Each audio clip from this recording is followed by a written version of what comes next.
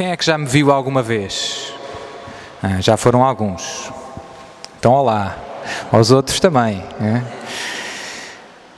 O tema desta conferência é Creio em um só Deus.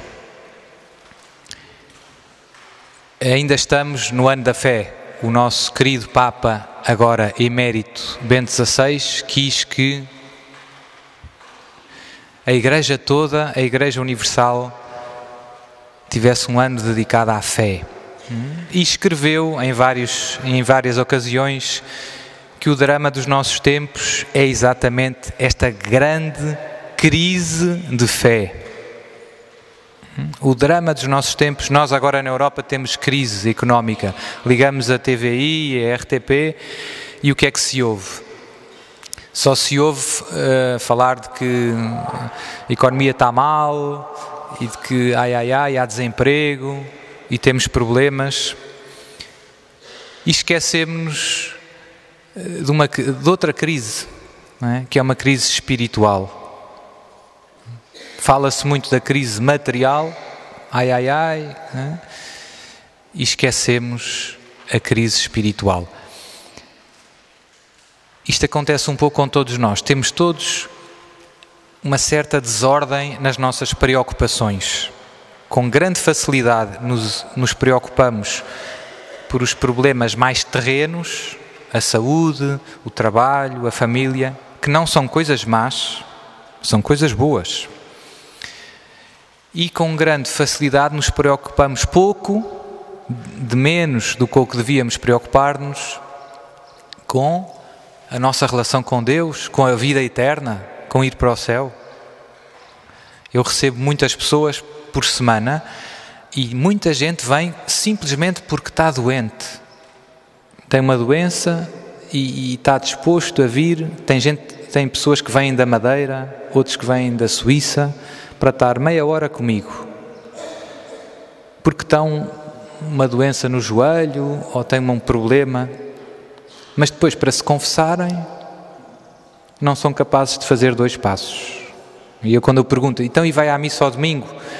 E dizem, não há missa no domingo na minha terra.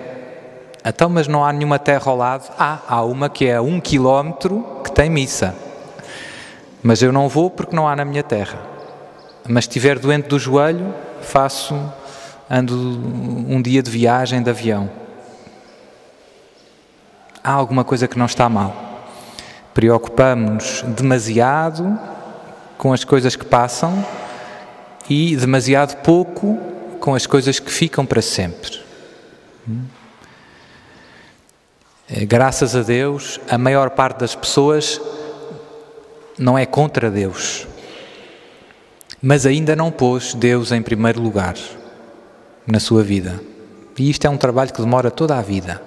E depois, quando nós conseguimos, um dia, sem querer, sem dar conta quase, ele vai voltando a descer. Portanto, temos que estar sempre a voltar a pôr Deus em primeiro lugar na nossa vida. Jesus um dia disse, preocupai-vos não tanto com aqueles que podem matar o corpo, mas aquele que tem o poder de fazer perder a vossa alma. Não vos preocupais tanto com o corpo, com a saúde do corpo, podíamos dizer assim, mas sobretudo com a saúde da alma. E noutra passagem, de que serve ao homem ganhar o mundo se perder a sua alma? Isto traduzido para hoje, o que é que te interessa ganhar o Euromilhões se fores para o inferno? Eu às vezes na paróquia, para as pessoas acordarem, pergunto, se tivéssemos que escolher na nossa vida, só podíamos comungar uma vez, ou então ganhar o Euromilhões, o que é que tu escolhias? Se pudesses ir a uma missa na vida, ou ganhar o Euromilhões? E nós rimos-nos. Quando eu digo isto na paróquia, as pessoas riem-se um bocadinho. Às vezes há quem diga, sou padre, eu queria as 2 coisas. E mesmo que a gente diga, sim, eu gostava de comungar Jesus. Dizer é uma coisa, fazer... Se isto fosse mesmo verdade, se receber Jesus na Eucaristia te custasse 50 milhões de euros, tu pagavas?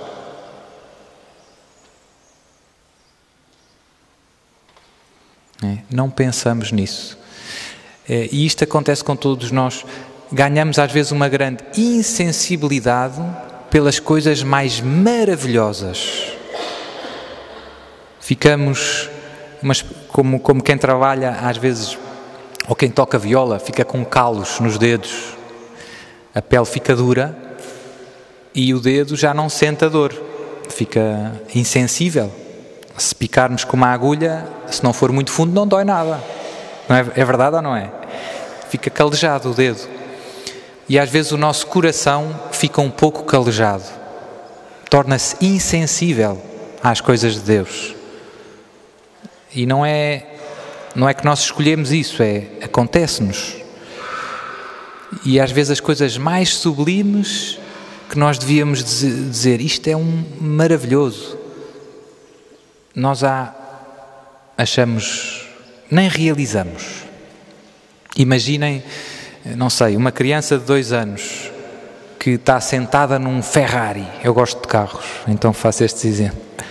Está num Ferrari novo e ele está ali a brincar e ele nem percebe que está num Ferrari. Não dá valor. Não é? O pai dele está, meu filho, aproveite. Não é? E a criança está ali, Isto às vezes acontece-nos com as coisas de Deus. Haverá alguma coisa maior do que a missa? Haverá alguma coisa maior do que Jesus e a Eucaristia nesta terra? Não tem comparação com nada. Com nada. E nós, às vezes, para ir à missa ao domingo, tem que ser quase com uma pistola, não é? Arrastados. Parece que nos estão a arrancar uma perna. Lá vou eu para a missa. Em sofrimento. Não é? Toco ao despertador. Ei. Há aquela história, já contei. Um dia, chegou aqui o domingo e vai a mãe levantar o filho. Não é? Coisa que acontece de vez em quando, não é? Toca ao despertador, mas ele não se arranja. A mãe ouviu que ele ficou na cama. Quentinho. Então a mãe, passado 10 minutos, entra no quarto. João, acorda. João, acorda. E o João, mãe, só mais 5 minutos. Passados 5 minutos vem a mãe outra vez. João, acorda, temos que ir para a missa. Mãe, que chatice outra vez. Porque é que eu tenho sempre que ir à missa, mãe? E a mãe para, olha para ele e diz, filho, tu és o pároco.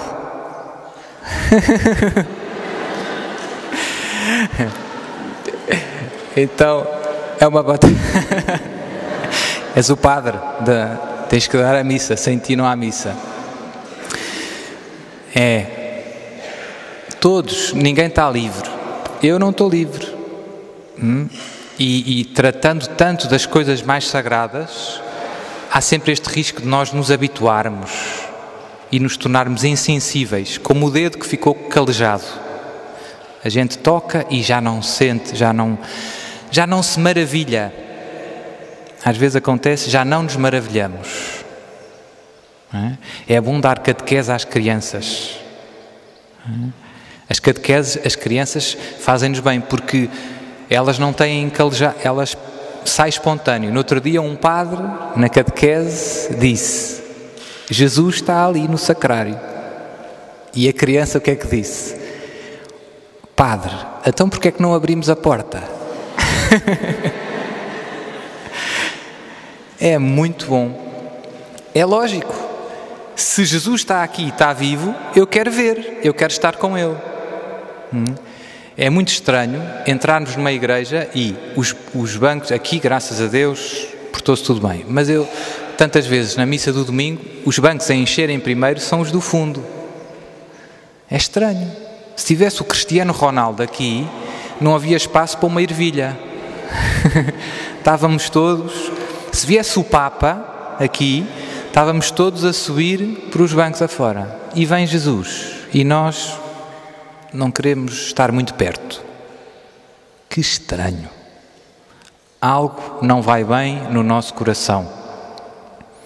Algo não vai bem no nosso coração.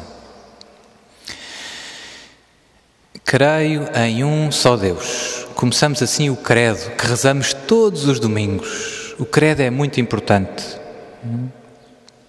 Hoje em dia, no mundo em que vivemos, as pessoas pensam que acreditar é uma questão sentimental. Sou padre, eu cá tenho a minha fé. Eu cá tenho a minha fé. Cada um tem a sua. Como se fosse igual, como tipo, gosto de baunilha ou gosto de chocolate. Cada um tem os seus gostos, que não se discutem. Como se a fé fosse apenas uma questão afetiva, sentimental. Não há nenhuma base objetiva para acreditar numa coisa ou noutra. Cada um é que sabe. Não é assim. Não é verdade. Isto é um erro. É um erro grave. Por isso é que a Europa está como está. E por isso é que o Papa quis um ano da fé. O que é a fé? A fé, pela fé vem tudo. Pela fé vem a nossa salvação.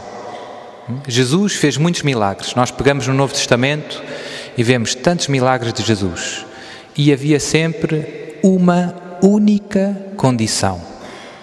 Uma única condição. Tu acreditas? Sem fé, Jesus não fez nenhum milagre. Se vinham os leprosos, vinham os paralíticos, tu acreditas que eu posso? Jesus, filho de Davi, tem piedade de mim, seja feito segundo a tua fé. A fé abre o nosso coração para receber as graças de Deus. Sem fé, o nosso coração está fechado, Deus gostava de entrar, mas não obriga.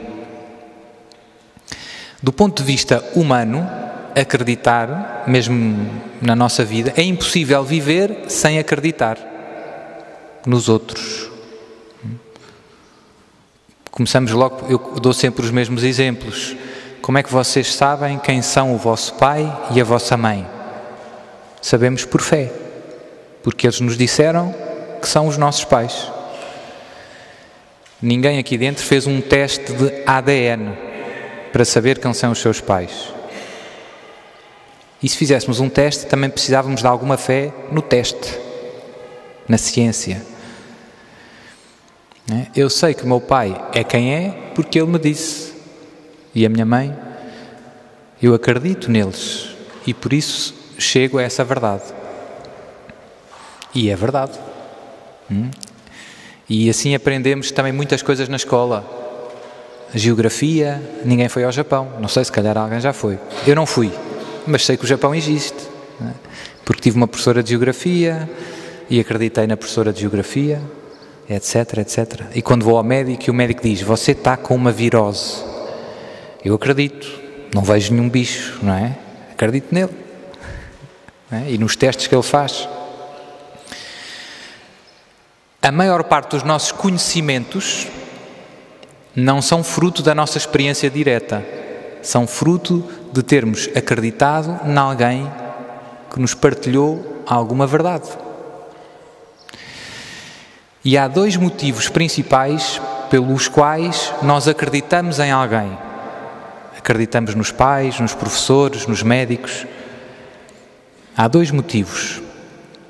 O primeiro é, sabemos que estas pessoas sabem o que nós não sabemos, sabem do que é que estão a falar. O médico sabe se eu tenho uma doença ou não, ou que tipo de doença é. Porque tem os exames, tem os testes, estudou, sabe. Eu não sei. Os meus pais sabiam, no dia em que eu nasci, quem é que lá estava. Eu não me lembro. Portanto, nunca à partida, para acreditar em alguém, é preciso sempre essa primeira condição. A gente perceber que aquela pessoa sabe do que está a falar. Mas isso não chega.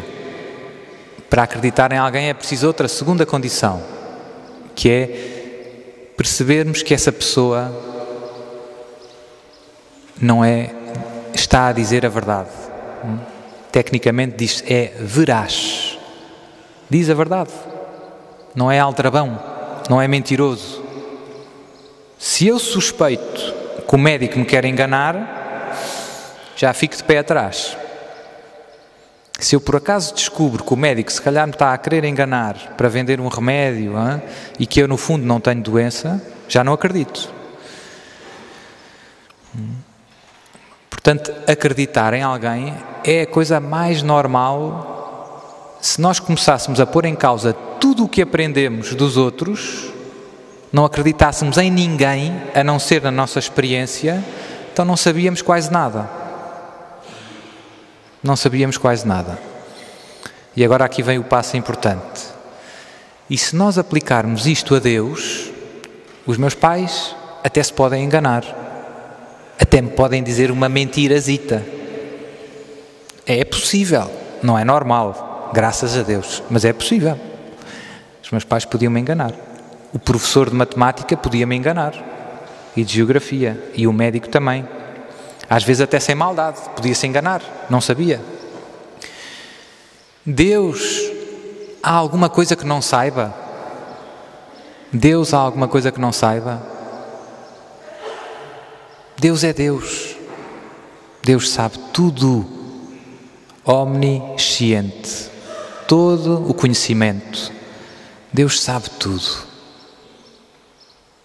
Não há nada que Deus não saiba. Nada. Segunda condição. E Deus diz a verdade? Diz a verdade. Deus é a verdade. É possível Deus mentir? Não. A verdade é verdade. Nunca, nunca. Deus nunca nos vai enganar, nunca. Portanto, a conclusão é simples. Se Deus falar, faz sentido eu acreditar em Deus ou é uma coisa estúpida acreditar em Deus? Faz todo o sentido. Se Deus falar, se Deus disser isto é assim, isto é azul, faz sentido acreditar em Deus? Sim. Porquê? Porque Deus sabe tudo e Deus diz sempre a verdade. Deus sabe tudo e Deus diz sempre a verdade. E por isso faz sentido acreditar em Deus sempre. Mesmo até quando os nossos sentidos nos dizem o contrário. Às vezes eu olho e parece amarelo. E Deus disse, isto é verde. Quem é que tem razão? São os meus olhos ou é Deus? É mais fácil os meus olhos enganarem-se do que Deus. Deus não se pode enganar. Portanto, em caso de conflito, ganha sempre a palavra de Deus. Sempre.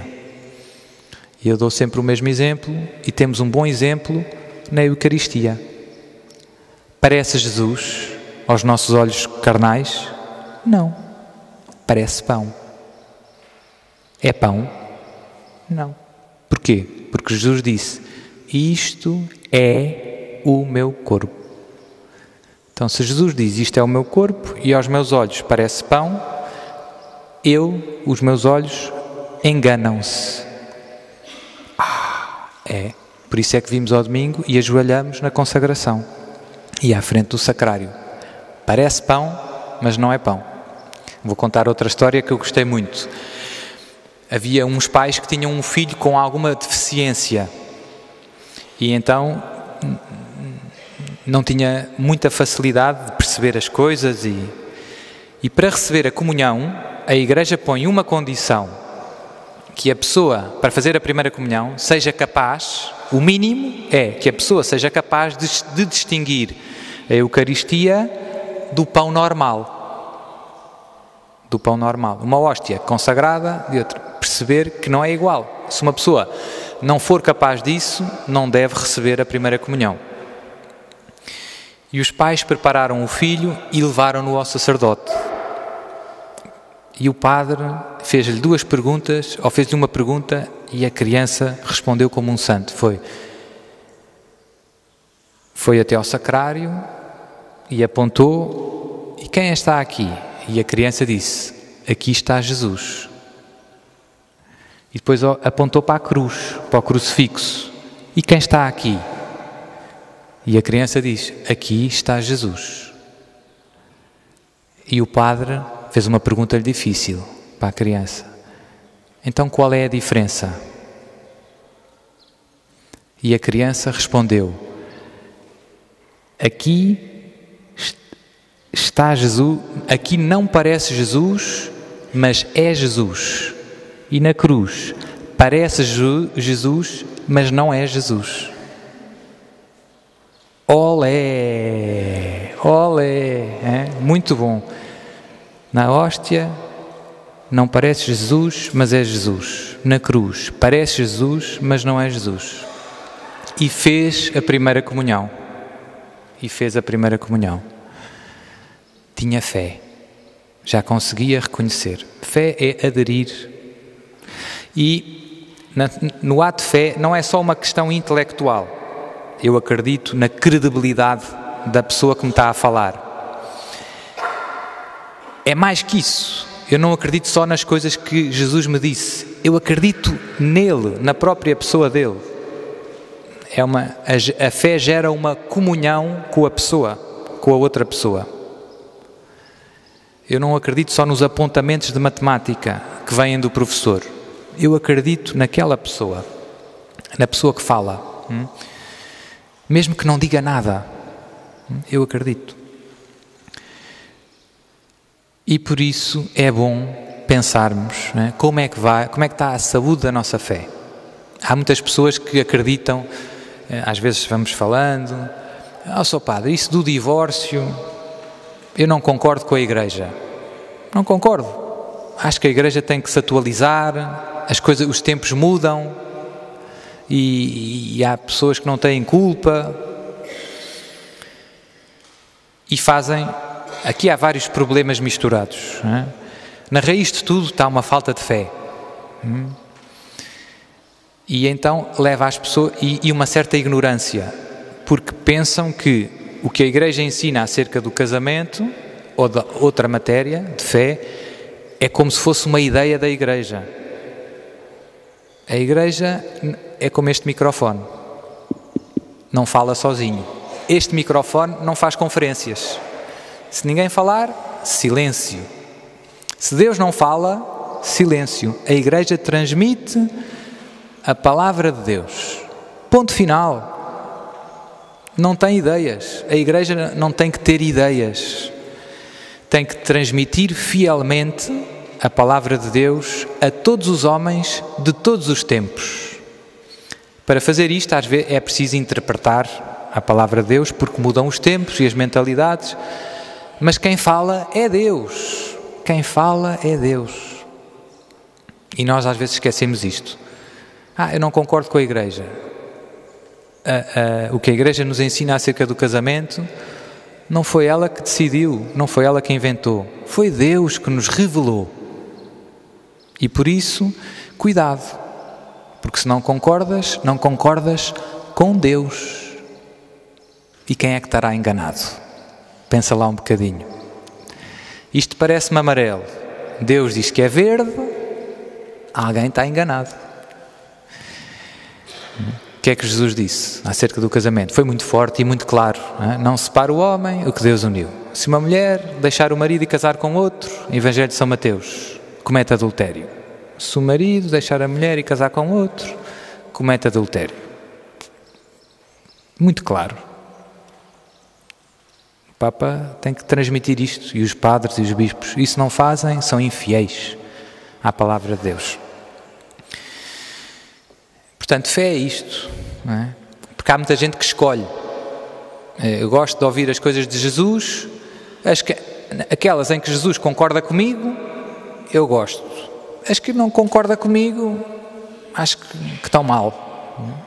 E isso pressupõe o quê? Eu é que sei, e Jesus acerta às vezes. Jesus acerta às vezes. É um padre amigo meu que costuma dizer que há pessoas que pensam que são a quarta pessoa da Santíssima Trindade. Eu é que sei, não é? Temos muito isto à nossa volta. Eu é que sei. A Igreja diz, mas é o famoso cá para mim, cá para mim, cá para mim, cá para mim, cá para mim. Cuidado, meu irmão, cuidado, humildade. Se Deus disse, é, ponto final. Se Deus disse, é. A fé é isso, é aderir a Deus. E se Deus é Deus, não há condições. Quem é que tu pensas que és? Sabes mais que Deus? Portanto, da falta de fé, por trás da falta de fé está a falta de humildade, está este coração soberbo. Há pessoas que, eu é que sei, e vão assim por a vida. E o que é que acontece? Sofrimento, muito sofrimento, porque nos afastamos de Deus, afastamos-nos da verdade e afastamos-nos do amor. E viver sem verdade e sem amor é o inferno, já cá na terra. Há pessoas que começam o inferno nesta terra.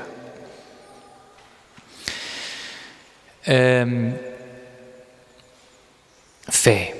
Creio em um só Deus. E nós dizemos logo, creio em um só Deus. E aqui queria tocar noutro ponto também muito importante para os tempos em que vivemos, que é, há pessoas que na prática, têm muitos deuses.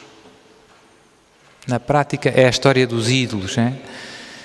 A gente acredita em Deus e vai à missa, mas às vezes o que nos faz levantar de manhã, como eu dizia, são outros motivos. O que nos faz ir para a frente é a carreira, ou o dinheiro, ou. E às vezes outras coisas mais perigosas. O primeiro mandamento, que está ligado ao creio em um só Deus, Deus no Antigo Testamento, né, tinha dito a Israel, eu sou o Senhor teu Deus, não há outro, e por isso não farás imagens, não sei o quê, não sei o que mais, porque eu sou um Deus ciumento. Quando nós temos outros deuses, os profetas do Antigo Testamento usavam sempre uma imagem, muitas vezes, recorrentemente, que era a imagem do adultério, para nos ajudar a perceber a gravidade da infidelidade a Deus.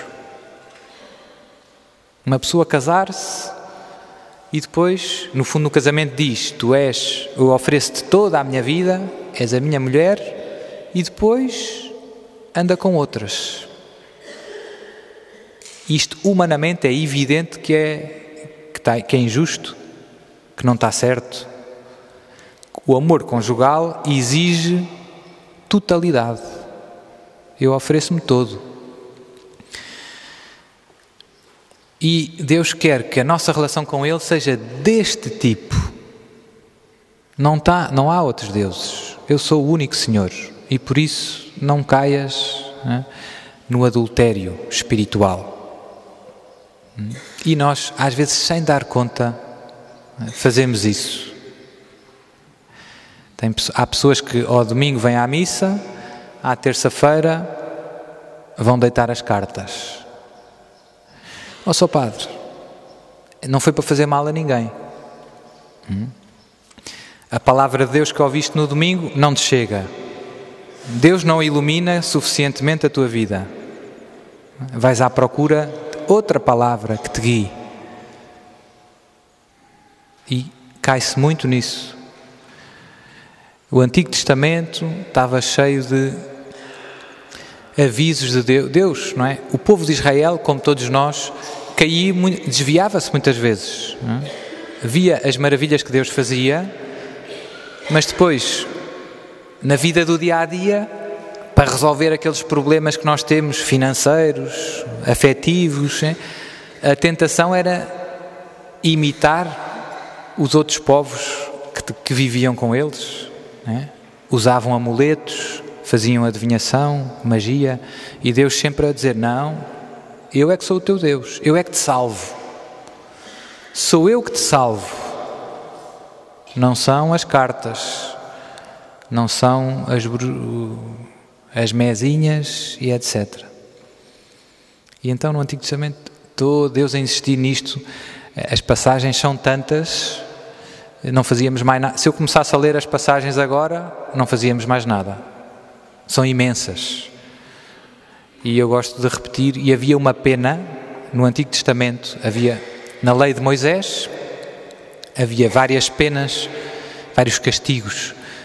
Havia uma pena para quem fosse apanhado a praticar bruxaria, que era uma pena de lapidação, apedrejamento até à morte, que era a pena que se dava, por exemplo, no caso de blasfémia ou de adultério. Santo Estevão foi lapidado. A mulher adúltera, queriam lapidá-la, foram ter com Jesus. Porquê? Porque estava escrito na lei de Moisés. E também estava escrito, alguém que fosse apanhado a praticar a bruxaria, lapidação. Eu acho que não era mau, quer dizer, era mau, ia-nos chocar muito, mas fazia-nos bem ver qualquer coisa deste género, porque nós não percebemos a gravidade destes pecados. Não percebemos. Achamos que, não fiz mal a ninguém, foi só para pedir saúde e para arranjar um carro novo. Não. Achamos que não tem pecado nenhum.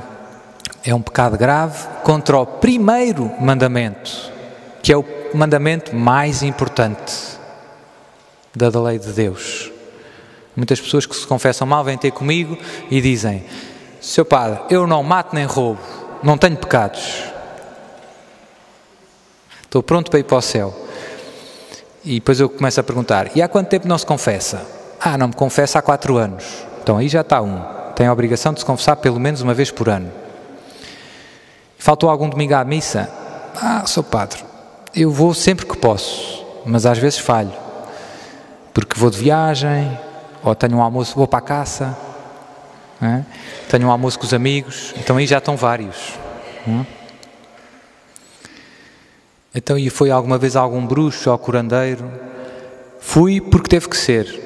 Tive um problema e a enfermeira disse-me: olha, isto não é de médico. Eu fui ao médico, fiz exames e não se resolvia o problema. Isto não é de médico. E a enfermeira disse-me: olha, que eu conheço uma senhora que resolve estes casos. E fui, mas não foi para fazer mal a ninguém. Mais outro pecado grave.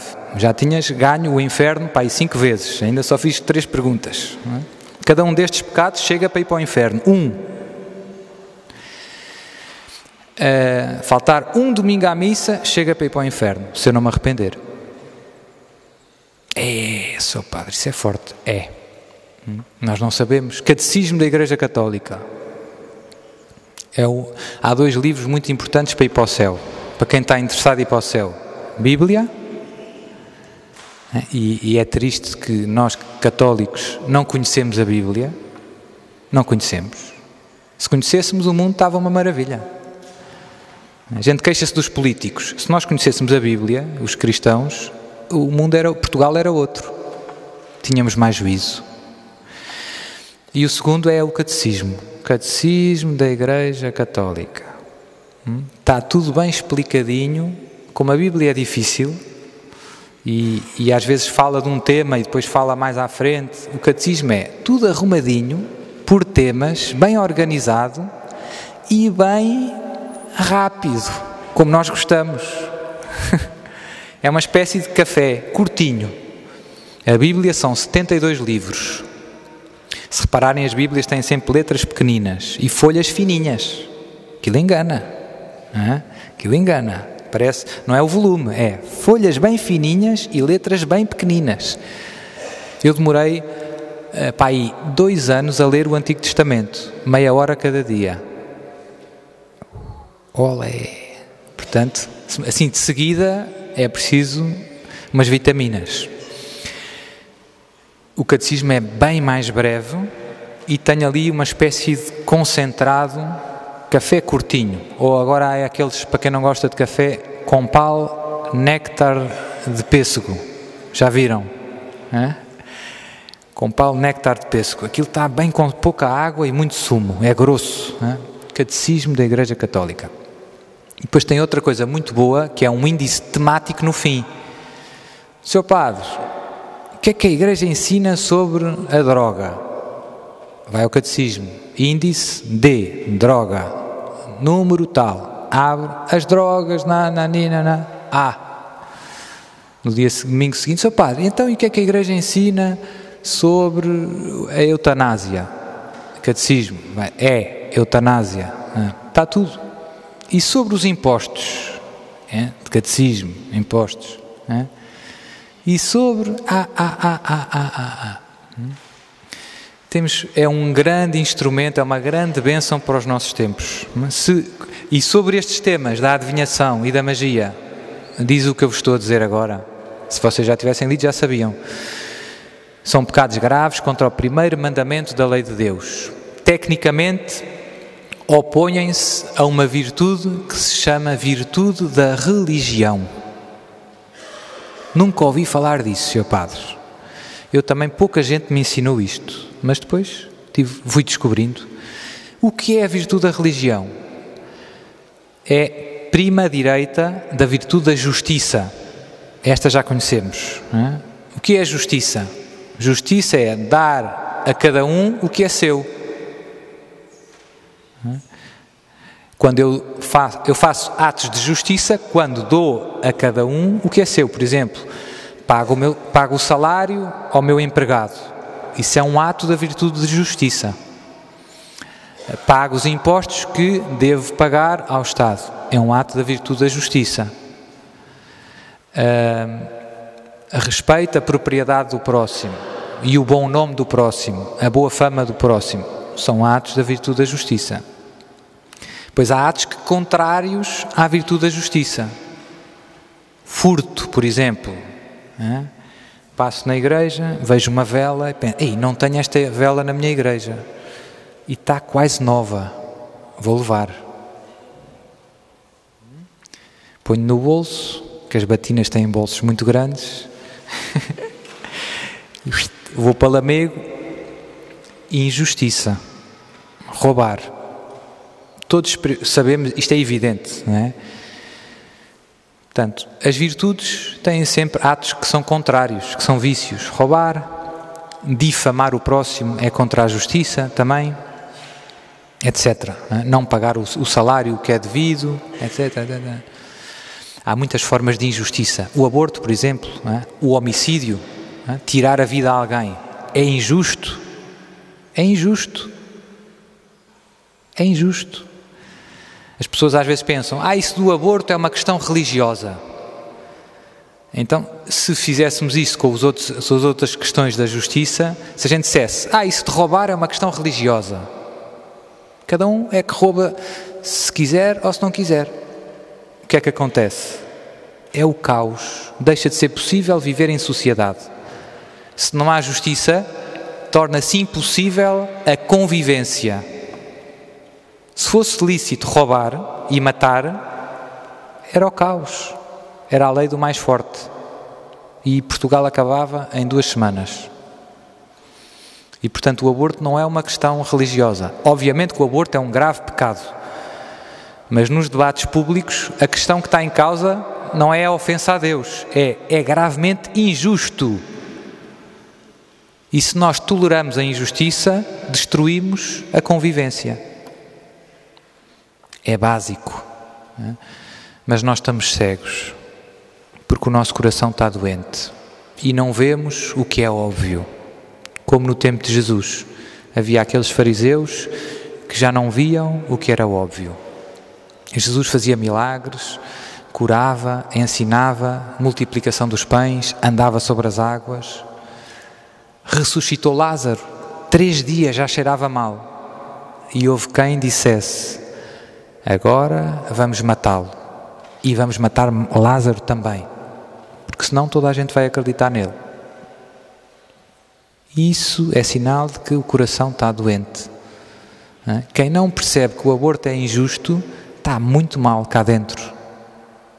É preciso estar muito cego para não perceber que é injusto matar outro ser humano. Mas não é uma pessoa. Não há nenhum médico honesto, não há nenhum cientista que não reconheça que a vida humana começa no momento da concepção. Não há nenhum médico honesto que não reconheça que no momento da concepção está ali um novo ser humano, com um código genético diferente da mãe, diferente do pai, com uns olhos diferentes, só precisa de tempo e de comida.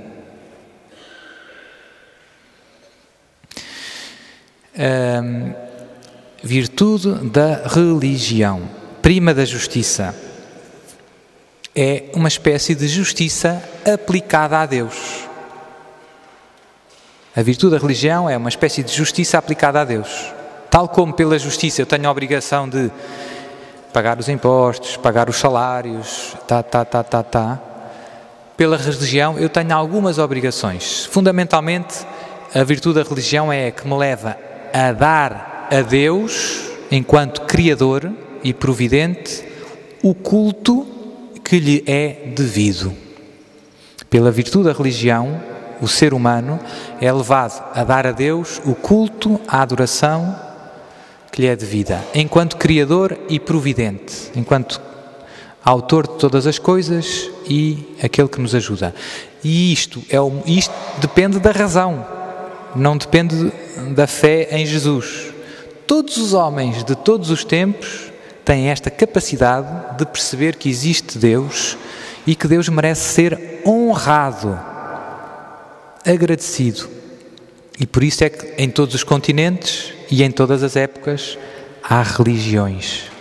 O motor das religiões é esta incapacidade do homem de reconhecer que existe um ser superior e que esse ser merece ser adorado, honrado, e que lhe podemos pedir ajuda, que ele toma conta de nós. Fundamentalmente, os atos da religião são as orações, a adoração, os sacrifícios, os votos e as promessas. Se formos para a Índia, encontramos isto. Se formos para a África, encontramos isto. Para a Ásia, encontramos isto. Para a Austrália, em todos os tempos, todos os homens. Porque é natural no homem. Porque depende da razão. Tal como roubar é verdade em África, na China, na Austrália. Como matar um inocente é injusto na África. Sempre foi. Porquê? Porque temos a luz da razão que nos ajuda a perceber. E tal como à justiça se opõe o furto ou a calúnia, à virtude da religião se opõem dois grandes grupos de pecados. São as chamadas formas de irreligião. É não tratar como sagrado aquilo que é sagrado. É uma falta de respeito, digamos assim, pelas coisas sagradas. Isso pode acontecer, por exemplo, nos espaços sagrados. Entramos aqui na igreja e eu agora podia dizer: e se a gente fizesse aqui um torneio de futebol de salão? A igreja é grande, não temos campo aqui na Marquiteira, tirávamos os bancos num instante e jogávamos um bocadinho. Jogar futebol é tão bom. Mas havia uma senhora que se levantava e dizia: mas senhor padre, cuidado, porque este lugar é um lugar sagrado. E portanto, se eu jogasse futebol lá fora, não tem problema nenhum, mas aqui dentro seria uma falta de respeito pela santidade do local. Senhor padre, isso é a sua ideia. Quem é que disse isso? O que é que Jesus fez quando chegou ao templo de Jerusalém? Lembram-se da cena? Dentro do templo era uma feira. E o que é que Jesus fez? Disse: não. Foi um bocadinho mais forte. Porque era uma falta de respeito grave pela santidade daquele local. Portanto, isto são pecados de irreligião. Falta de respeito por um lugar sagrado.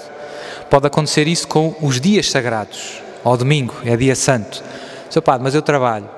Porquê? Porque é ganhar mais dinheiro e comprar um Jeep. Fazes mal. O dia do domingo, o tempo do domingo é de Deus, não é teu. Tens 6 dias para trabalhar. Domingo, não. Domingo é de Deus. O tempo não é teu, é de Deus. É injusto usares esse tempo como é injusto jogar aqui futebol. Isso acontece, infelizmente. Chega ao Natal, vou para o Algarve. Estava um tempo, ao chegar à Páscoa, vou de férias. Depois isso pode acontecer com o falar. Também falar sem respeito do nome de Deus, terceiro mandamento. Segundo, não invocar o santo nome de Deus em vão. É exatamente uma proibição, é a blasfémia, falar sem respeito por Deus, ou da palavra de Deus, ou das coisas santas, é uma forma de irreligião, um pecado contra a religião. É uma injustiça. Estou a tratar de uma maneira sem respeito coisas que são sagradas. Eu aqui dou sempre os mesmos exemplos. Às vezes há coisas perigosas, piadas com a palavra de Deus e andotas. Tu gostavas de... mas é sem maldade. Há coisas com que não se brinca, simplesmente. Também não gostas que façam uma andota sobre a tua mãe? Ou gostas? Não. Se fores um bom filho, não gostas. Não é? Portanto, há coisas com que não se brinca. Não é? Com a fidelidade da tua mãe ao teu pai. Não se brinca. Pura e simplesmente. Não se brinca com esse tema. E, por exemplo, outra coisa que acontece às vezes com pena minha, nas igrejas bonitas, isto acontece muito. Entra muita gente. Não é? Passa à frente de Jesus no sacrário e nada. Não acontece nada. Não faz a genuflexão, não reconhece que está ali Jesus. Isso é uma falta de respeito. Imaginem eu entrar em vossa casa, vocês abrem a porta e eu passo por vocês como se fossem transparentes. Convidam para almoçar e eu nem bom dia. Como fazem os italianos. Mas que está fazendo? Bom dia, pelo menos. Não sou invisível, não é? Ou virem de uma viagem, estarem muitos meses fora de Portugal e depois voltam e a vossa mãe vai-vos buscar ao aeroporto. Não é? Com muito trabalho, sacrifício, vai ao aeroporto, mete um dia de folga, vai de carro, está ali à espera, nós saímos, passamos por ela e continuamos. O que é que se passa? Seria uma grave ofensa. Íamos magoar a nossa mãe. Íamos magoar muito a nossa mãe. Nós às vezes passamos aqui à frente de Jesus, nem se percebe. Não é? E depois há umas pessoas, é importante, e é uma questão, é devido, a Jesus é devida reverência, amor. Está aqui Deus, não é? E Deus merece respeito. Não é? Às vezes fazem... Lá, aqui também, as pessoas hoje em dia perdeu-se muito o hábito de fazer bem a genuflexão. A genuflexão, como a própria palavra indica, é dobrar, geno, o joelho, flexão. Dobrar o joelho.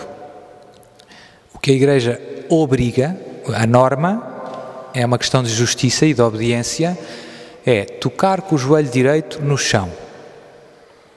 Seu padre, eu tenho, mas eu fui operado e não posso dobrar. Pronto. Mas as outras 99 pessoas não foram operadas e podem dobrar o joelho. E porquê é que não fazem bem a genuflexão? Tocar.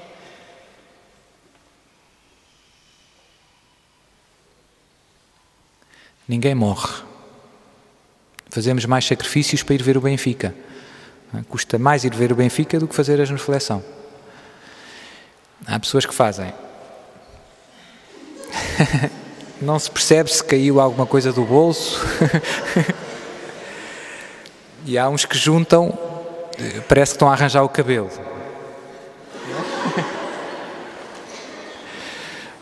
Não se percebe. É como se alguém fosse cumprimentar outro e dissesse: tudo bem, pronto, mas onde é que está o teu amor a Jesus? Será que amas Jesus? Com calma, com amor, bem feito. Não é, a parte externa não é o mais importante, não.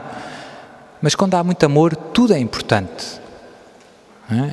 O namorado não vai dar uma flor murcha à namorada. Encontrei aqui este mal-me-quer, já não tem pétalas, mas é com muito amor. Não, dás para a próxima. O amor manifesta-se em tantos gestos.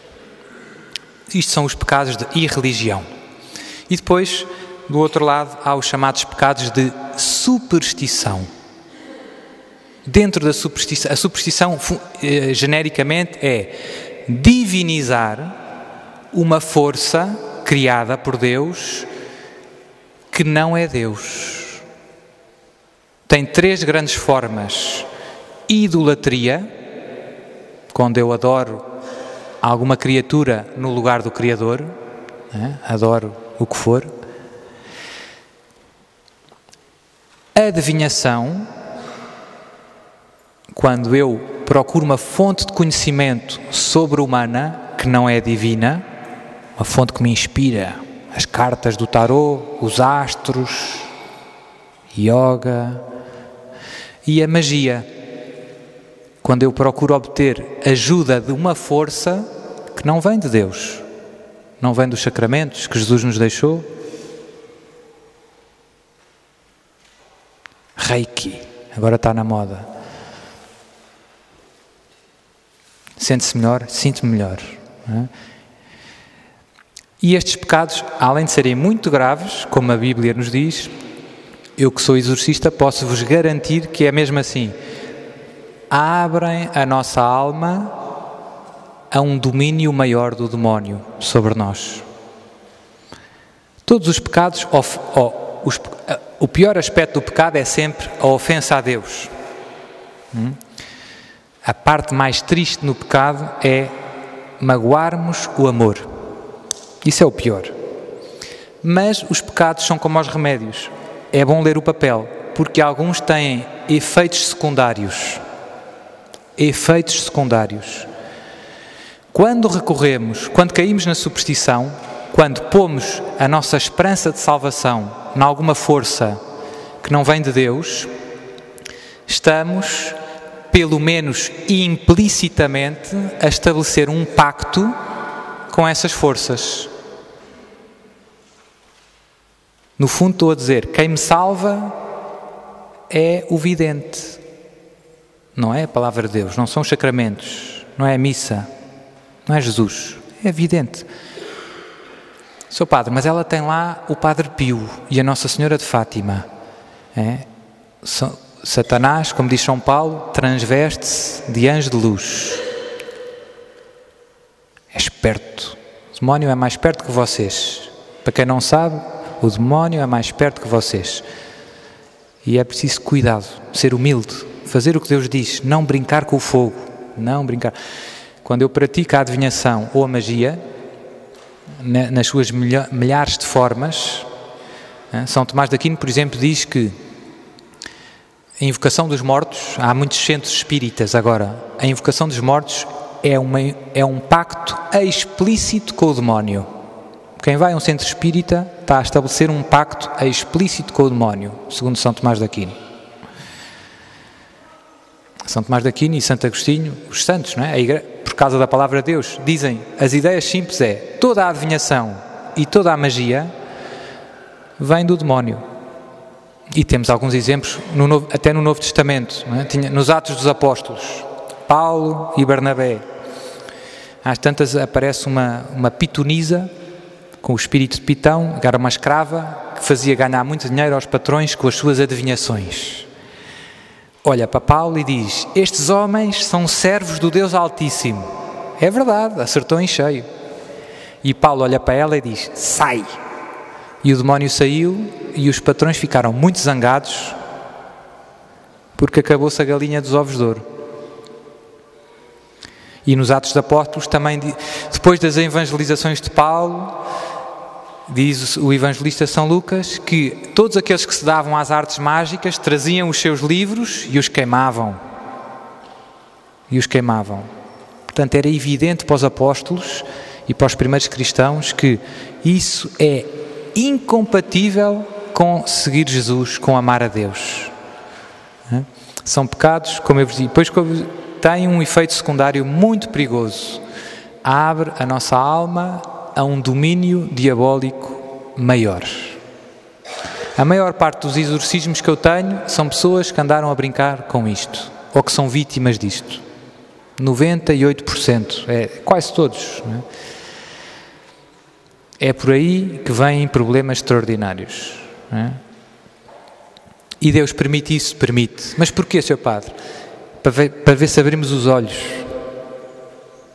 Para ver se a gente abre os olhos. Às vezes a gente precisa de um abanão com força. Bater com a cabeça na parede com força. Para ver se acordamos. Quem brinca com o fogo, queima-se. Portanto, é muito importante ter cuidado com estas coisas e confessar bem estes pecados. Os pecados mortais, para ficarem bem confessados, é preciso confessar o tipo do pecado e o número de vezes que eu cometi. Faltei 3 domingos à missa. Sr. Padre, mas eu já não me lembro bem. Então, o melhor que eu conseguir. Faltei 3 anos à missa. Mas é importante confessar bem estes pecados. Há muita gente que se confessa mal destes pecados. São coisas mal resolvidas. E pronto. E portanto isto era um bocadinho o tema do creio em um só Deus. E já são as 11 horas.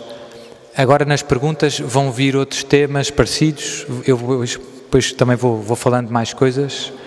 Mas se continuo a falar, depois não sobra tempo para as perguntas. Então agora... Quem quiser perguntar alguma pergunta destes temas religiosos, tem possibilidade disso. Peço que levante o braço e que faça a pergunta brevemente. Às vezes há pessoas que depois aproveitam e fazem outra conferência. Portanto, tentar ser concreto. E há questões mais pessoais que eu não vou estar a... Portanto, é melhor não falar muito da vida própria e... por uma questão de uma certa pudor, não é? Bom dia. Bom dia. Eu gostava que nos esclarecesse relativamente à contracepção e à homeopatia. E à? Homeopatia. Boa. 2 boas perguntas.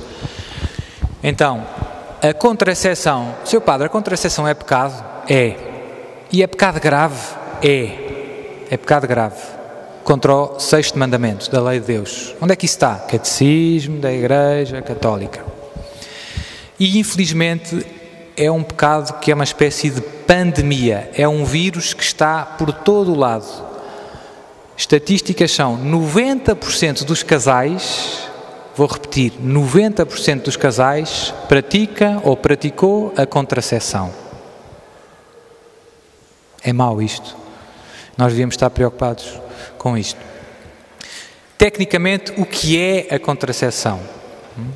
O que é pecado na contracepção?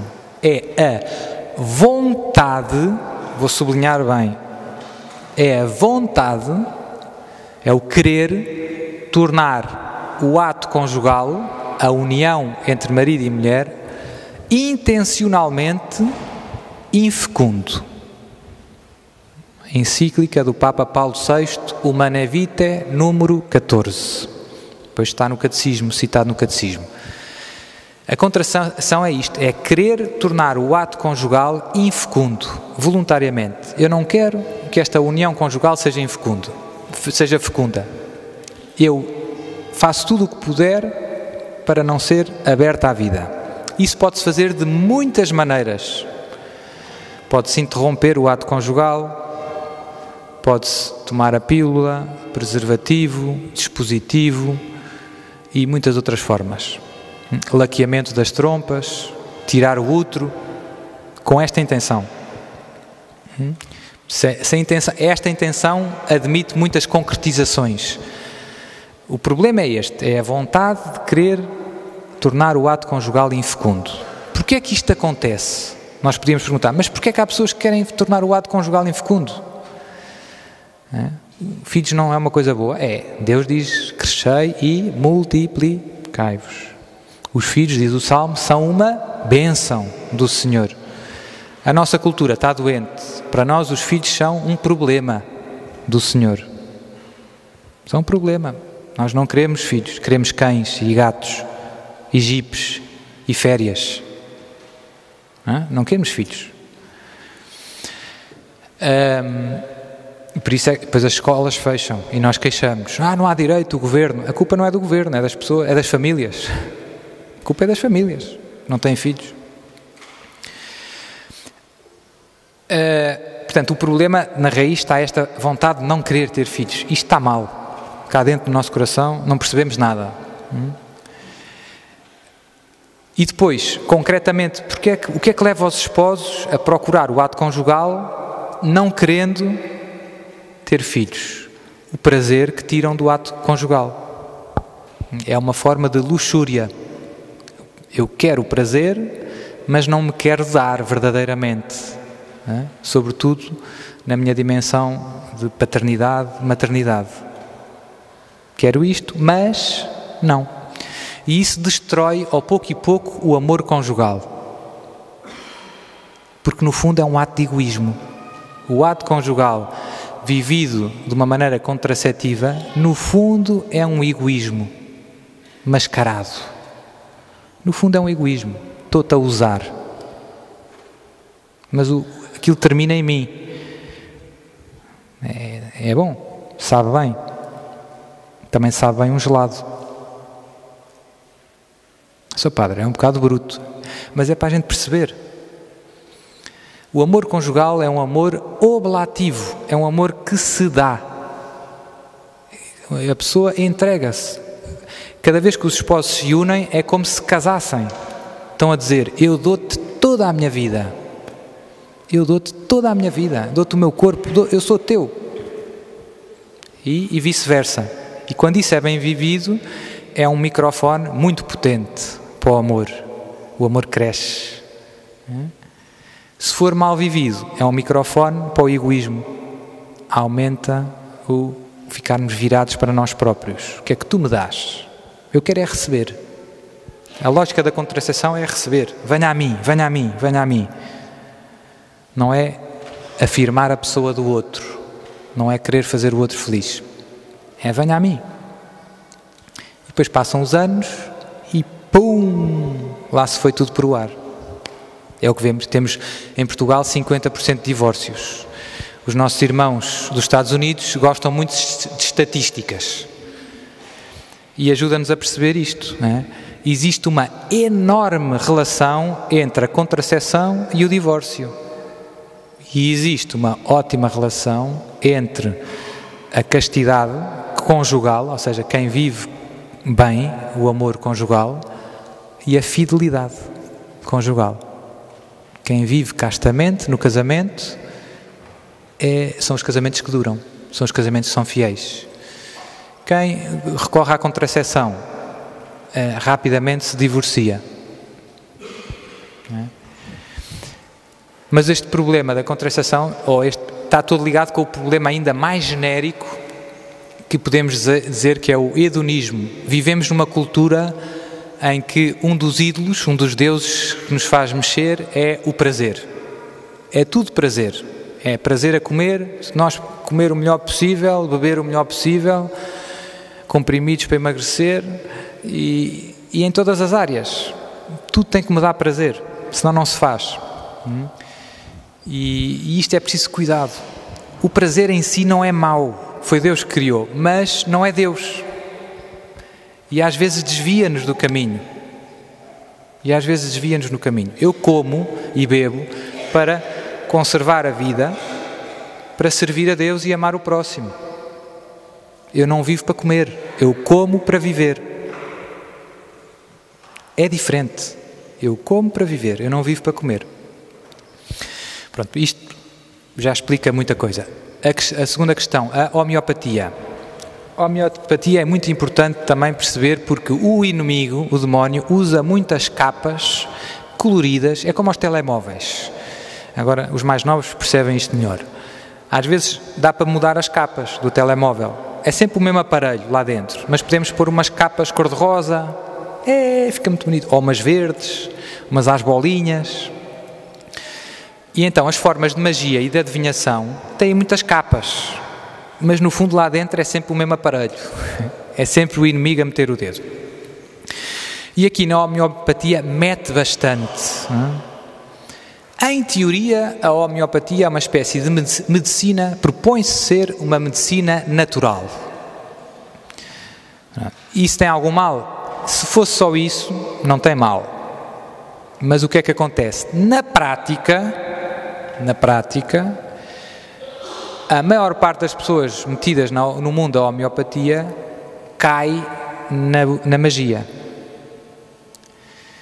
Porque em vez de vender só chá de cidreira, que não tem mal nenhum, posso comprar chá de cidreira porque faz bem ao estômago, ou não sei o que de alcachofra que faz bem, e isso é uma questão, foi Deus que fez assim, Deus Criador que fez assim, isso é um remédio natural.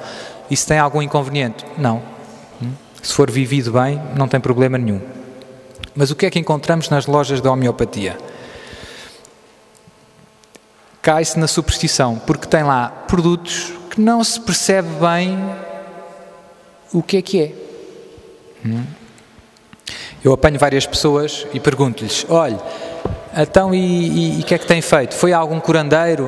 Não foi. Então e foi alguma vez, deram-lhe algum produto homeopático? Há lá uma senhora numa loja, muito bom, mas aquilo são produtos naturais, Sr. Padre.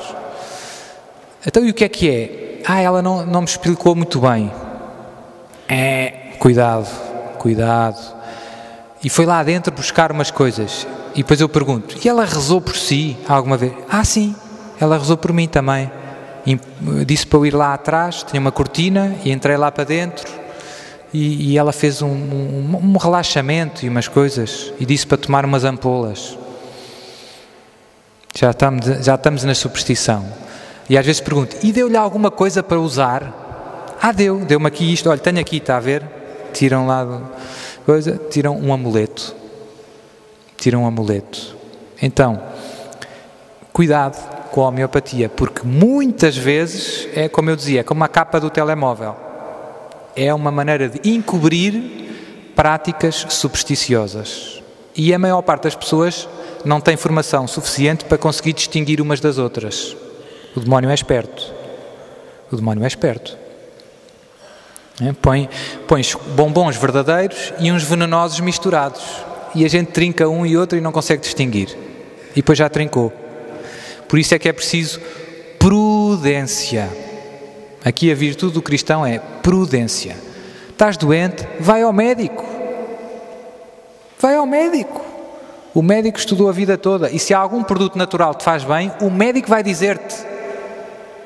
Se algum produto natural te faz bem, o médico vai dizer-te, olha, beba chá de cidreira,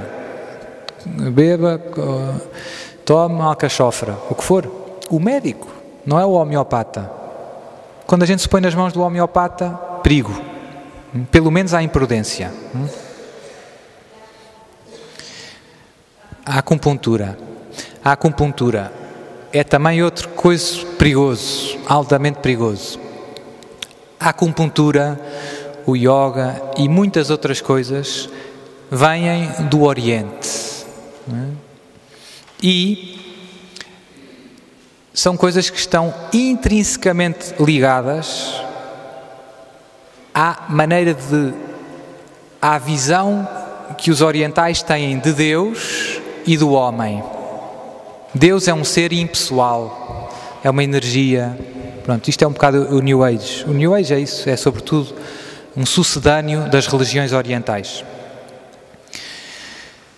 E, portanto, propõem-se tratar as doenças físicas, é como se fosse medicina tradicionais deles. E né? E, portanto, isto é perigoso? É porque há sempre invocações e há uma visão, as pessoas que praticam a acupuntura ou yoga, etc., eles não fazem aquilo só como ginástica. Eles acreditam na maneira que somos energia e que temos aqui uns pontos, que é tudo um disparate pegado. Mas eles acreditam.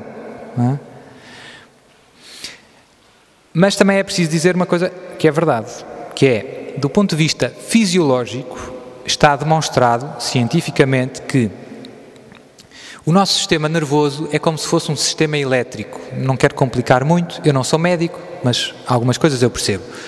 O nosso sistema funciona com impulsos elétricos, com o nosso sistema nervoso.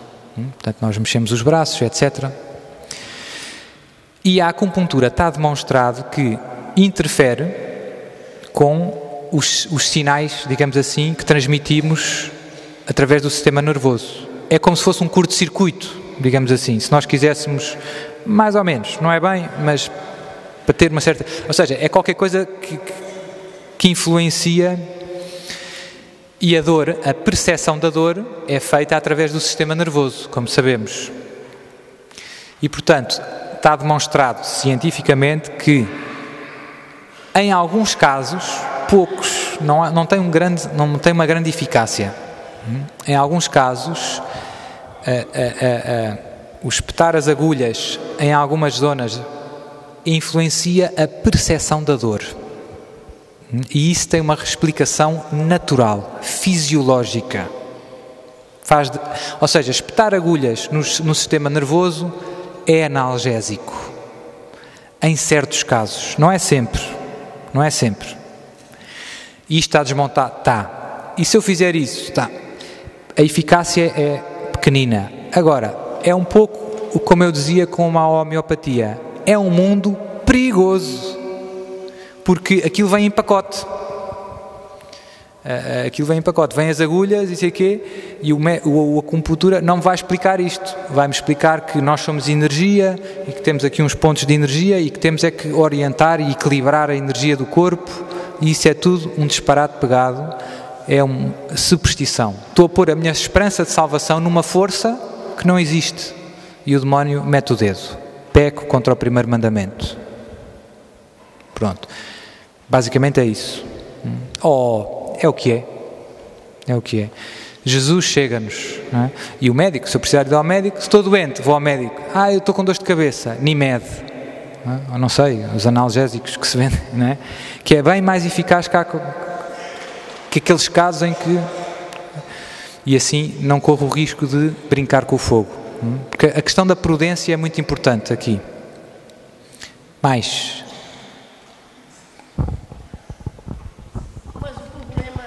Ainda da acupuntura, ela não quer falar. Quando a pessoa procura a acupuntura, que não seja, por exemplo, porque tem uma dor, mas vai lá. Sim, porque eu vou-lhe explicar. Psicologicamente não está bem, até pensa que tem uma depressão e a acupuntura faz-lhe bem. Isso é um disparate. Eu vou-lhe explicar, vou explicar qual é o critério para que uma prática seja supersticiosa, magia ou adivinhação ou não. Eu que explico isto às vezes, mas infelizmente não entra muito. As pessoas depois não sabem aplicar na prática. Portanto, eu normalmente não explico e dou... Mas o critério é simples. São Tomás de Aquino. E depois foi o que a Igreja usa. Por exemplo, há uns anos perguntaram se à Congregação da Doutrina da Fé se o hipnotismo era pecado ou não era pecado. No século XIX ou assim. E o que é que o que é que a congregação disse? Deu o critério. O critério é, quando em alguma prática eu procuro um efeito, um resultado que transcende as forças naturais, então estou a pôr a minha confiança aqui numa força espiritual. Porque o efeito que eu procuro não é alcançável com a força natural. Então há superstição. Porque eu estou a pedir a essa força, no fundo, que me salve. Seu padre, não percebi nada. Eu avisei. Eu avisei. Vou tentar explicar isto melhor, mas com exemplos. Faz-te conta que... Exato. Se eu tomasse um chá de cidreira para curar a miopia, está a perceber? Porque uma senhora me disse, isto é muito bom para a miopia. Eu sei que não, chá de cidreira não dá para a miopia. Não, mas beba e reze isto e dê 3 voltas ao pé coxinho aqui à igreja. Pronto. Se eu fizer isso, é supersticioso, porque estou a pôr a minha confiança na cura da miopia numa força que transcende as capacidades naturais da cidreira. A cidreira não cura a miopia. Portanto, se eu estou ali à espera daquele rito, uma coisa que me transcende, é porque me estou a confiar a uma força espiritual. Ou seja, pacto, pelo menos implícito, com o demónio. São Tomás, Santo Agostinho. E isto dá para resolver todos os casos. Só que eu percebo que às vezes as pessoas não sabem bem aplicar. E até pode depender da vontade da pessoa. Nós às vezes podemos fazer coisas supersticiosas que podem ser feitas bem ou feitas mal. Exemplo. Às vezes tem alguns e-mails bonitos que vêm, Deus é amor e paz e pombinhas, e depois no fim diz, e agora mandas este e-mail a 4 pessoas, ou então amanhã sais de casa e levas um raio. Ou então dizem outra coisa, agora mandas este e-mail a 3 pessoas e vais receber uma graça. E então aí a esperança da salvação está posta no 4 pessoas, não é Deus que me salva, não é a graça. É um rito, é um cozinhado religioso, tudo ingredientes religiosos. Mas no fundo a minha salvação vem do rito, não vem de Deus, vem dos 4. Não é? E com os papéis no fim da igreja, não é? A novena, a santa não sei quantas, agora você sai, 3 voltas ao pé coxinho, faz o pino e sei o que mais e vai ficar curado. Se a minha esperança estiver orientada no rito, a graça de Deus não é o rito, é a minha disposição. Se eu não me confessar, se eu não acreditar em mas Deus às vezes pede, também pediu ao Sírio para se lavar 3 vezes, portanto Deus às vezes pede, mas aí é um ato de obediência a Deus, e ali não é evidente que Deus não pediu aquilo, mas quem é que disse isto? A quem é que eu estou a obedecer? Quem é que disse isto? Não é? Isso é importante perceber, porque senão facilmente podemos... as pessoas muito devotas são alvos fáceis para coisas às vezes supersticiosas. Não é? O importante é pôr a nossa confiança em Jesus, em Deus, em Maria, nos santos. Não é? Quando nos desviamos disso é perigoso. É perigoso. Não é? Qual é a melhor forma de lidar com a perda de um ente querido? Não de superar o luto. Superar o luto? Não percebi. Morreu alguém? Eu perdi o meu pai há 4 anos e meio. Está bem. Ok. É ter mais fé em Deus. Ver a Deus é bom ou é mau? Ir para o céu é bom ou é mau? Os pastorinhos, quando morreram, ficaram tristes? Oh, vou morrer. Disseram, Nossa Senhora disse que me vem buscar amanhã. E o outro disse, então manda cumprimentos a Nossa Senhora. Morrer, obviamente é mau, não é divertido. Uma vez uma imagem que me ajudou muito. Quando um bebê nasce, ele chora, o bebê chora. Não é? Quando chega cá, estava quentinho na barriga da mãe e sai cá para fora e chora. Mas toda a gente faz uma festa. Beijinhos logo no bebê. E depois ele gosta. Não é? Cresce, tem brinquedos e tem a mãe, tem o colo e é bom.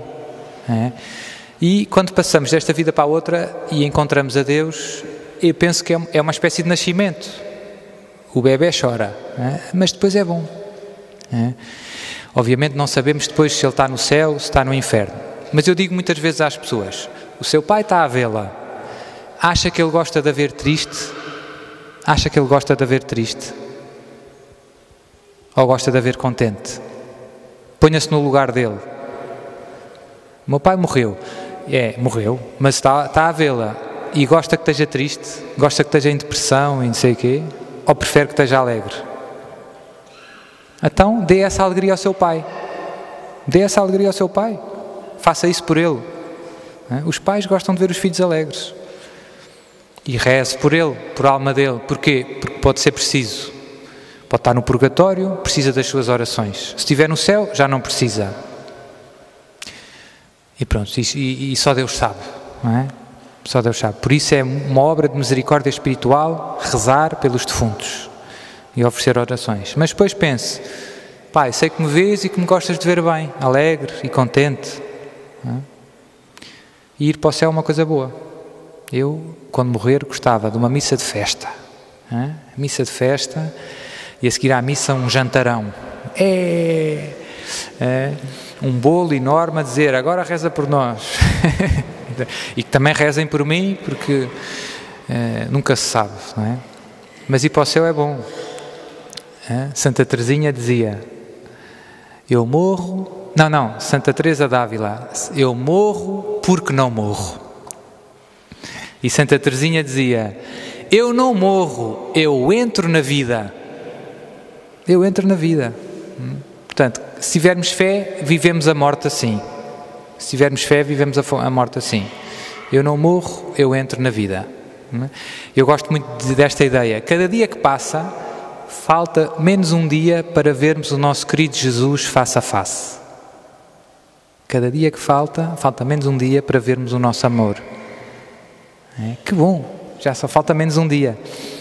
Não sei, nas coisas humanas isto acontece muito. Vai haver um casamento, não é? Alguém que se vai casar. A noiva, já só falta um mês. Vai vestido, véu, flores, e depois quase que não dorme já, fica nervoso e tal. Vai-se contando os dias até chegar o grande dia. E nós podemos viver assim o encontro com Jesus, que é a morte. Cada dia que falta menos um dia para ver Jesus face a face. E se nós amamos a Jesus com todo o coração, é a melhor coisa que nos pode acontecer. Eu uso a imagem do exame. Exame Nacional de Matemática. Não é? Para quem se preparou para o exame, venha ao exame. Está pronto. Teve a vida toda, ou teve o verão todo a estudar para o exame. Para quem andou aí, bora para a praia e tal. Chega ao exame, e agora? Vou estudar na véspera, noitadas, com palitos nos olhos. E depois, umas cábulazinhas, que não sei se vai dar, não é? E às vezes vivemos neste mundo com estas duas atitudes. Se vivermos em função da vida eterna, a morte é uma boa notícia. Vou repetir, se vivermos em função da vida eterna, a morte é uma boa notícia. Eu às vezes quando ando de avião, rezo um ato de contrição e penso, se o avião cair até é bom. Confesso-me antes, normalmente, depois rezo o ato de contrição e penso, se o avião cair até é bom. Viver em função da vida eterna. Confessar-nos bem muitas vezes. Há 3 conselhos que eu gosto de insistir e dou a toda a gente. Confissão bem feita, pelo menos uma vez por mês. Nossa Senhora diz que não há nenhuma criatura na Terra que não precise de se confessar pelo menos uma vez por mês. Segundo conselho, missa e comunhão todos os dias. Sr. Padre, isso é um exagero. Missa e comunhão todos os dias. Se a missa é o que é, a coisa mais lógica é como a criança da... Sr. Padre, abra. Se Jesus está ali dentro, abra a porta. Como a criança da... Se a missa é a maior coisa que nos pode acontecer nesta vida, não há nada maior do que uma missa na nossa vida, nada que nos una mais a Deus.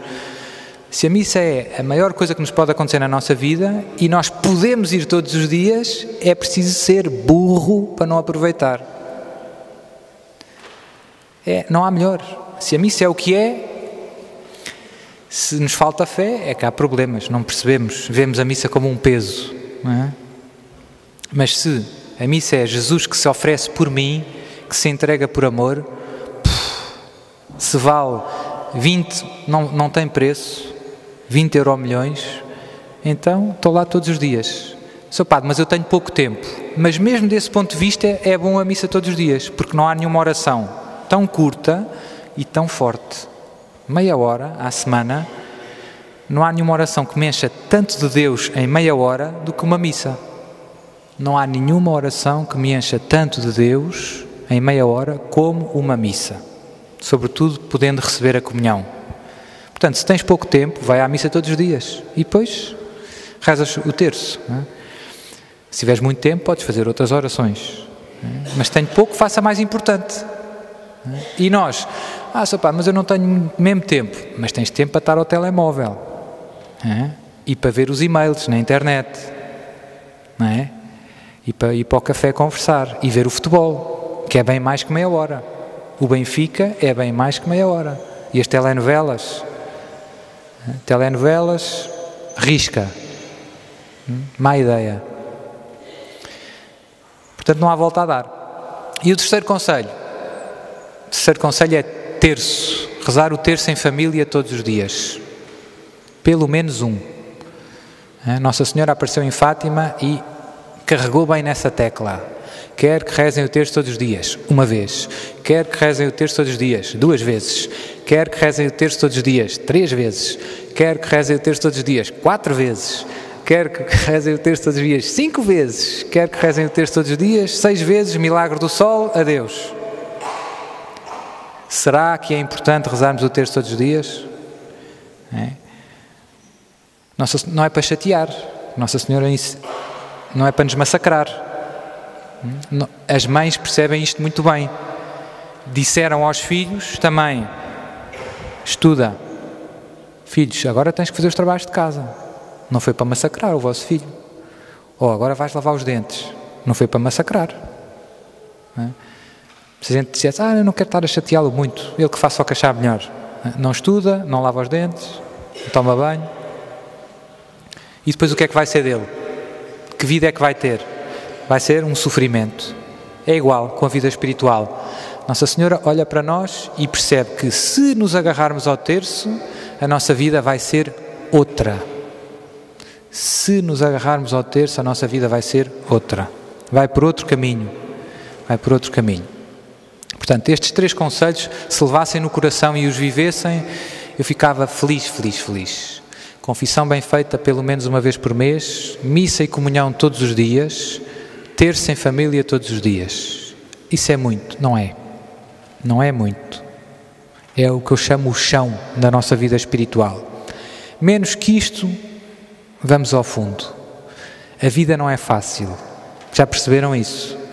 A vida não é fácil. É um combate. É um duro combate. E os tempos estão difíceis, estão muito difíceis. Portanto, para sermos fiéis a Jesus, temos que rezar a sério. Isto não vai lá com paninhos quentes. Ou nos agarramos a Jesus, ou em poucos anos vamos estar longe. E é o que estamos a ver, o que está a acontecer a Portugal. Não é? Em poucos anos, os filhos e netos já não querem saber e afastam-se. Portanto, nós, se queremos, Jesus, eu quero seguir-te, então, força. Temos que pôr estes meios em prática, senão vamos ao fundo. Mais uma pergunta? A nossa irmã ali atrás. É correto pedir ajuda a um ente querido, por exemplo, a alguém que já tenha morrido? Já tenha morrido. Sim. É assim, pode-se rezar, pode-se pedir ajuda aos que estão no céu, pode-se pedir ajuda aos que estão no purgatório. Se estiver no inferno já não pode ajudar-nos, mas nós não sabemos. Portanto, posso pedir ajuda? Posso. À partida, as almas que estão no purgatório e as almas que já estão na presença de Deus no céu intercedem por nós junto de Deus. E, portanto, podemos lhe pedir ajuda. É como nas coisas humanas. É a questão da intercessão. Sei lá, eu precisava de um favor do Presidente da Câmara ou do Presidente da Junta. Aqui é a Junta de Freguesia, não é? Mas eu não o conheço. Mas eu conheço a irmã do Presidente da Junta. Então liga à irmã, que foi minha colega na escola, e digo: vê lá se o teu irmão não pode fazer isto e tal. Está bem, vou-lhe dar um toque. Esta é a comunhão dos santos. Esta é a intercessão. Portanto, podemos pedir ajuda àqueles que estão unidos a Deus e Deus concede, por causa da intercessão deles, muitas graças para nós. E sobretudo com os santos. Com os santos isto acontece de uma maneira muito forte. Às vezes, há almas que estão com uma vida muito má em relação a Deus, muito ingrata. E que não merecem nada ser ajudados, digamos assim. Há pessoas que não merecem nada, milagres nem ajudas. Mas Deus às vezes faz milagres com pessoas que não merecem. Porquê?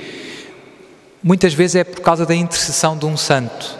Porque quando um santo vai pedir a Deus um favor, é como com a irmã do Presidente da Junta. O Presidente da Junta não faz o favor à pessoa, faz o favor à irmã. E quem recebe é o outro.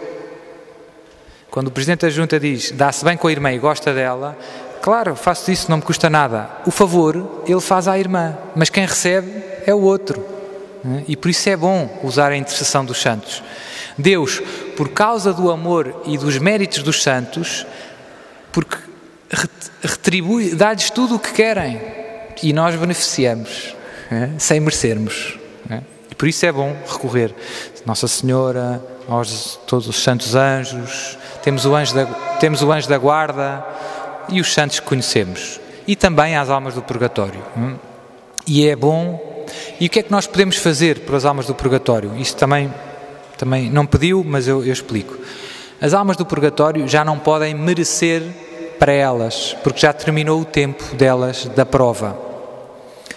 Então estão-se a purificar. Nós é que podemos oferecer por elas orações e boas obras, e estas orações e boas obras, digamos que aceleram uma espécie de duche espiritual que elas estão a tomar.